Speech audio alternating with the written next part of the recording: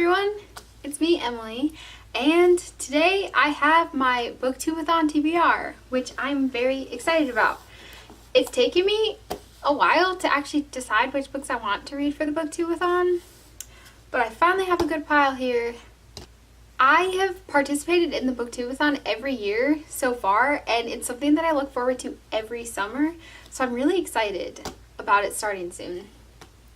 The first book that I have that I wanted to read is The Marvels by Brian Selznick. Yes. And this is by the same author who wrote The Adventures of Hugo Cabret. And it has a very similar style to his other books. There are illustrations throughout, and mostly it's the pictures that tell the story. There's even a blank page, but then there is some writing as well. And I've read both of his other books, so I'm really excited to finally read this one. I think this is his most recent book, and it's about a shipwreck and an actor. There's always a theme of something that has to do with like film and acting throughout his books, which I've noticed. But I'm very excited to read this, and it's also a good book to read for the BookTube-a-thon because it won't take long at all, even though it's a huge book, because you're just flipping through the pages. I'm really excited for this one. The other graphic novel is Mouse 2 by Art Spiegelman. I read the first volume of Mouse, and I really enjoyed it. And I believe that this one is focusing on the father's story, it being in the concentration camp, but also it will take me probably less than one day to read, so that'll be good for a readathon.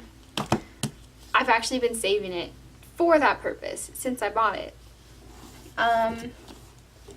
The next book I have been just looking at on my shelf and thinking about reading it, and it's finally time. It's The General in His Labyrinth by Gabriel Garcia Marquez. And I've read a few of his other books. I know I've read Tales of a Death Foretold in high school. And this is a book that is about Simon Bolivar and the history of South America. And the reason that I picked this up in the first place is it's referenced a lot in Looking for Alaska by John Green, which is one of my favorite books. So I want to actually read this novel and then reread Looking for Alaska to completely understand the references. But I read the first sentence the other day. I'm just really excited to actually read this book. So, and it completes the challenge of having green on the cover.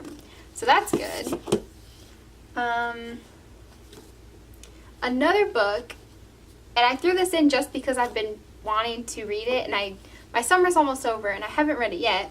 So that is A Brave New World by Aldous Huxley. And I read this, I got like 80 pages into it earlier, but I want to read the entire thing.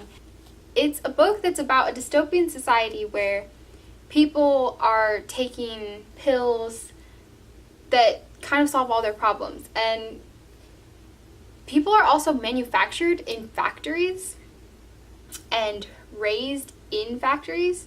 When I was reading this, I found the dystopian society that Aldous Huxley created to be very interesting. I really like dystopian books, and so I want to actually see what the story is behind it, because I only really saw the build-up when I was reading it. So I'm excited to read this one too. And then for the challenge of reading a book that has to do with something that you want to do, I decided to read Into the Wild by Jon Krakauer. And this is based off of the true story of Christopher McCandless. And after he graduated college, he basically sold all of his possessions, got rid of everything, and just went to Alaska, which is a place where I've always wanted to go. And so I'm looking forward to reading this and seeing more of his story and the adventure that he did have when he was in Alaska. And with that, for the challenge of wearing a hat while you're reading, I have an Alaska cap that a family member brought back to me when they went to Alaska. And it just seems fitting to wear this while I'm reading Into the Wild.